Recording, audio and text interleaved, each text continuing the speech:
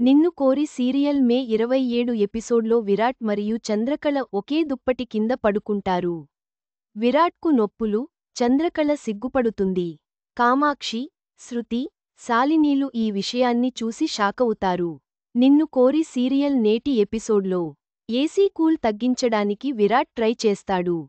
కానీ రిమోట్లో సెల్స్ ఉండవు. తంటాలు పడతాడు. నా దగ్గర ఉన్నాయని చంద్రకళ అంటుంది. విరాట్ను సరదా పట్టిస్తుంది. దుప్పటి లాక్కుంటూ ఇద్దరూ పోటీ పడతారు.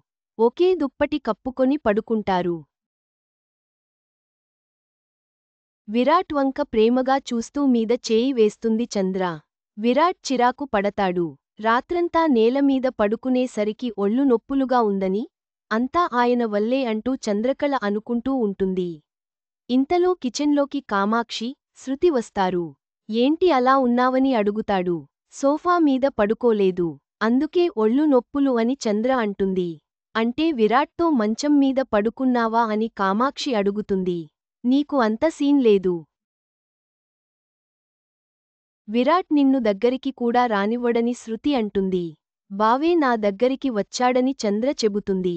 ఇంతలో శాలిని అక్కడికి వస్తుంది. కొంపతీసి ఇద్దరూ రాత్రి ఒక్కటయ్యారా అని కామాక్షి అంటుంది.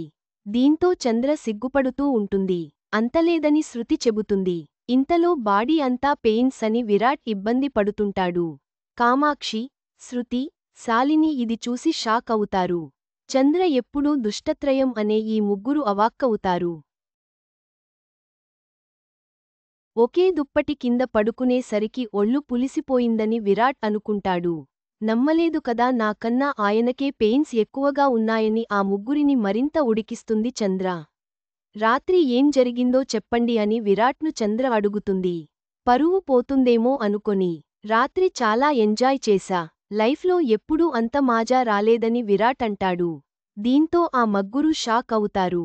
వాళ్ళు మన మధ్య జరిగింది గొడవ అనుకోవడం లేదు. అది జరిగిందని అనుకుంటున్నారని చంద్ర చెప్పేస్తుంది. దీంతో విరాట్ కంగారు పడతాడు. కామాక్షి, శృతి, శాలిని ఒక్కచోట చేరి రగిలిపోతుంటారు. ఇంతలో అక్కడికి చంద్రకళ వస్తుంది.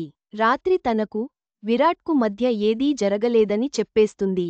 మిమ్మల్ని ఇబ్బంది పెట్టటాలని అలా అన్నానని, నేను మరీ అంత చీప్గా ఆలోచించనని అంటుంది. తాళి సంప్రదాయబద్ధంగా కట్టించుకోకపోయినా, మిగిలిన తంతు అంతా సంప్రదాయంగా జరుగుతుందని చంద్ర అంటుంది.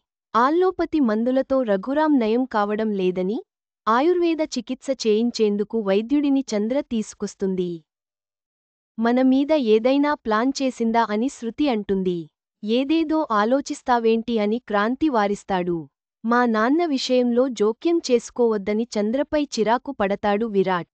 ఇంతలో జగదీశ్వరి అక్కడికి వస్తుంది. కామాక్షి, శృతి, శాలిని నోరు పారేసుకుంటారు. ఈయన మహాజ్ఞాని అని చంద్ర అంటుంది. మీరు గురుదేవ సింహ కదా అని ఆయుర్వేద వైద్యుడిని జగదీశ్వరి అడుగుతుంది. రఘురాంకు ఆయన చికిత్స చేసేందుకు ఓకే చెబుతుంది. రఘురాన్ను చూసి ఈయన కోలుకునే అవకాశం ఉందని ఆయుర్వేద వైద్యుడు చెబుతాడు. దీంతో జగదీశ్వరి సంతోషిస్తుంది. ఆయుర్వేద మందులు, తైలాలు ఇస్తాడు వైద్యుడు.